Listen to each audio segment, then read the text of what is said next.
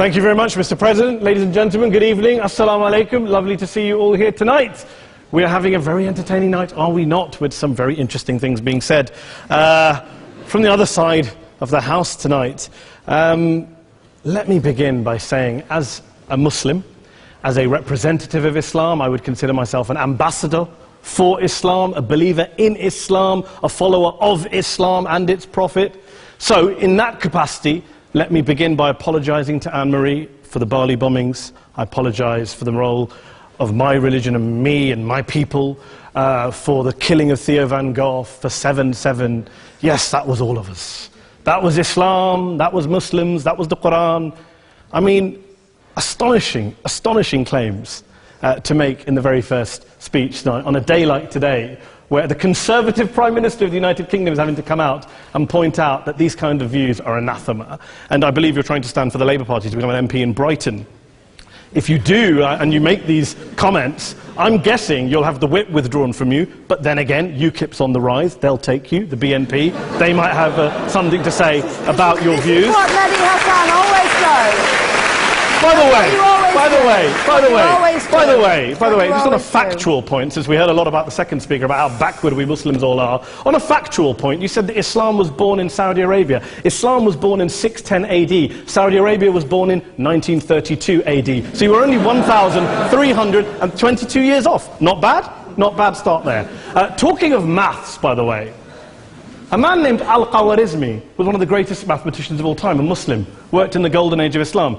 He's the guy who came up with not just algebra, but algorithms. Without algorithms, you wouldn't have laptops. Without laptops, Daniel Johnson tonight wouldn't have been able to print out his speech in which he came to berate us Muslims for holding back the advance and intellectual achievements of the West, which all happened without any contribution from anyone else other than the Judeo-Christian people of Europe. In fact, Daniel David Levering, the author of the Pulitzer Prize-winning historian and author of The Golden Crucible, points out that there would be no Renaissance, there would be no Reformation in Europe without the role played by Ibn Sina and Ibn Rushd and some of the great Muslim theologians, philosophers, scientists in bringing Greek texts to Europe.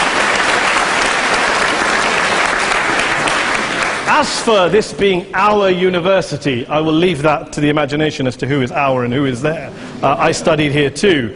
An astonishing set of speeches so far making this case tonight. A mixture of just cherry-picked quotes, facts and figures, self-serving, selective, a farrago of distortions, misrepresentations, misinterpretations, misquotations. Daniel talked about my article in the New Statesman, which got me a lot of flack, where I talked about the anti-Semitism that is prevalent in some parts of the Muslim community, which indeed it is.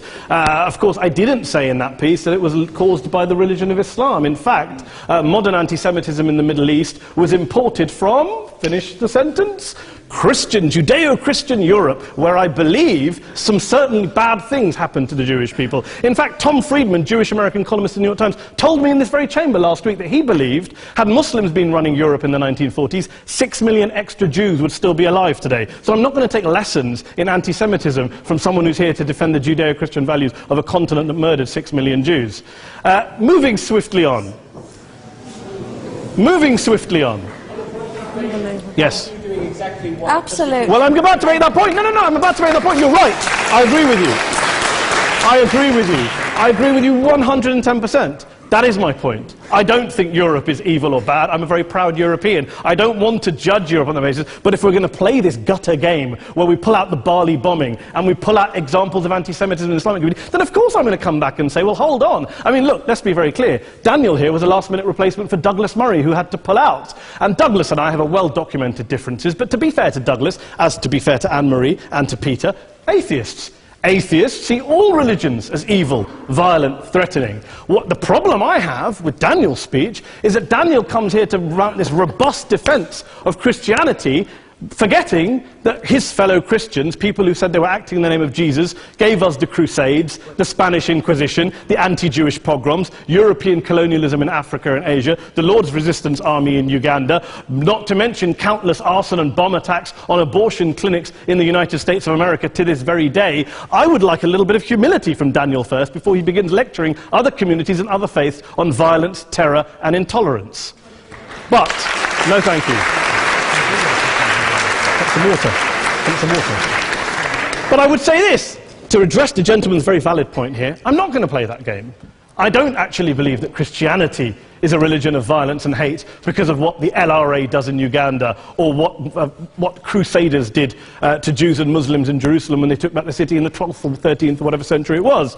I believe that Christianity, like Islam, like pretty much every mainstream religion, is based on love and compassion and faith. I do follow a religion in which 113 out of the 114 chapters of the Quran begins by introducing the God of Islam as a God of mercy and compassion. I would not have it any other way. I don't follow a religion which introduces my God to me as a God of war, as some kind of Greek God of wrath, as a God of hate and injustice. Not at all. As Adam pointed out, you go through the Quran and you see the mercy and the love and the justice. And yes, you have verses that refer to warfare and violence. Of course it does. This is not a motion about pacifism. I'm not here to argue that Islam is a pacifistic faith. It is not.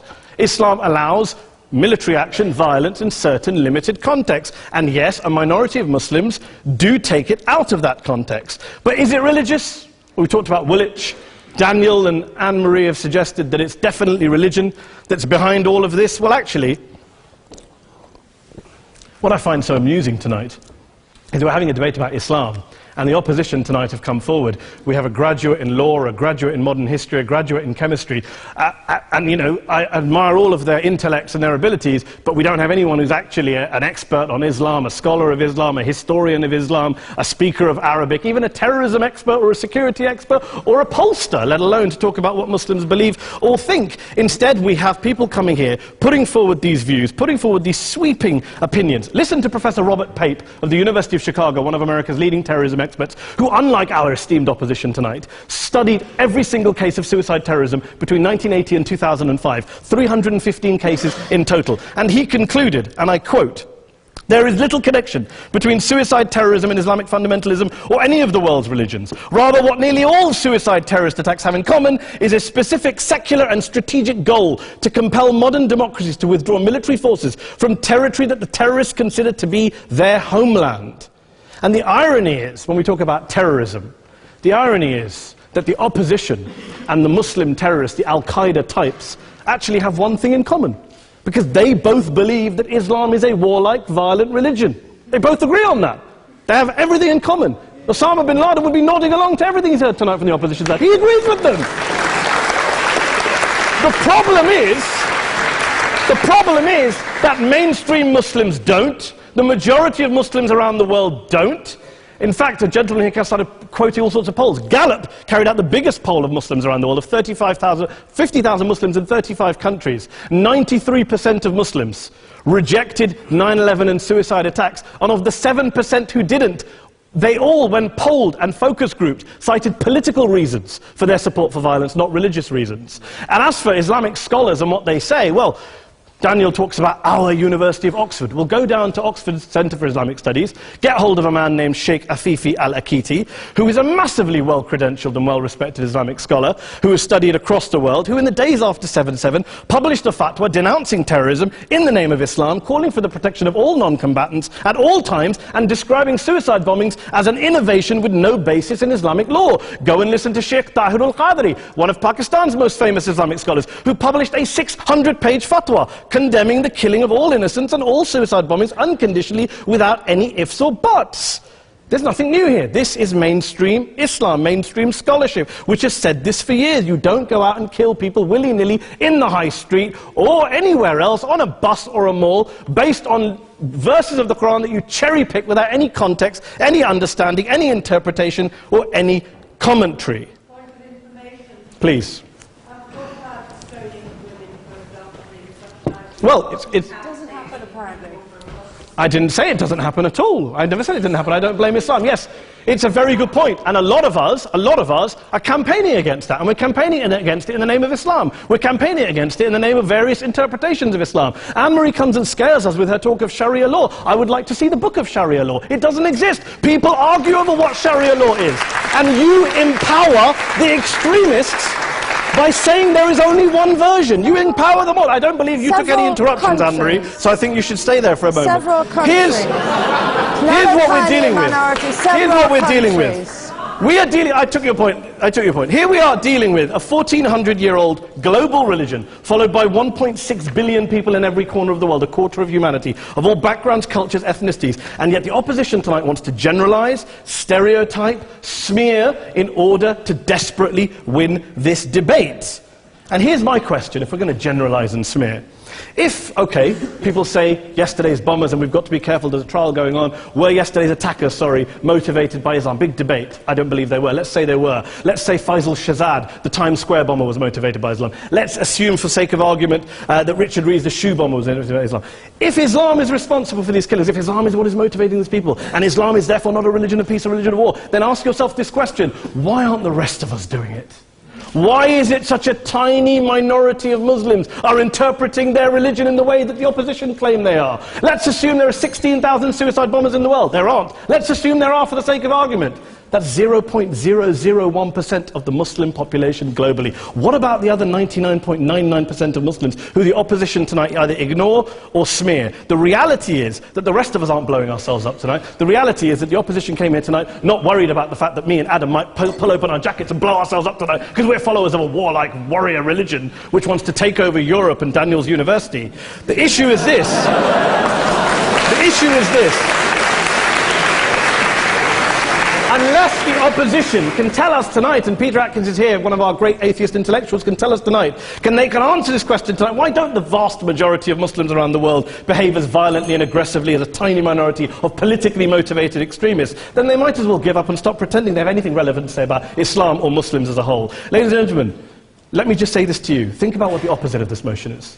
If you vote no tonight, think about what you're saying the opposite of this motion is. That Islam isn't a religion of peace, it's a religion of war, of violence, of terror, of aggression. That the people who follow Islam, me, my wife, my retired parents, my 6-year-old child, that 1.8 million of your fellow British residents and citizens, that 1.6 billion people across the world, your fellow human beings, are all followers, promoters, believers in a religion of violence. Do you really think that? Do you really believe that to be the case? They say that in the Oxford Union, the most famous debate was in 1933, when Adolf Hitler looked out for the result of the King and Country motion, where they voted against fighting for King and Country, and Hitler was listening out for the result. Well, tonight, 80 years on, there are two groups of people around the world who I would argue are waiting for the result of tonight's vote. There are the millions of peaceful, non-violent, law-abiding Muslims both in the UK, Europe, Asia, Africa and beyond, who see Islam as the source of their identity, as a source of spiritual fulfillment, of hope, of solace.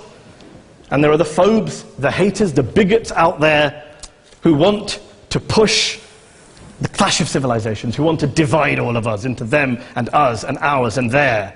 Ladies and gentlemen, I urge you all not to fuel the arguments of the phobes and bigots. Don't legitimize their divisions. Don't legitimize their hate. Trust those Muslims who you know, who you've met, who you hear, who don't believe in violence, who do want you to hear the peaceful message of the Quran as they believe it to be taught to the majority of Muslims, the Islam of peace and compassion and mercy, the Islam of the Quran, not of Al-Qaeda. Ladies and gentlemen, I beg to propose this motion to the House. I urge you to vote yes tonight. Thank you very much for your time.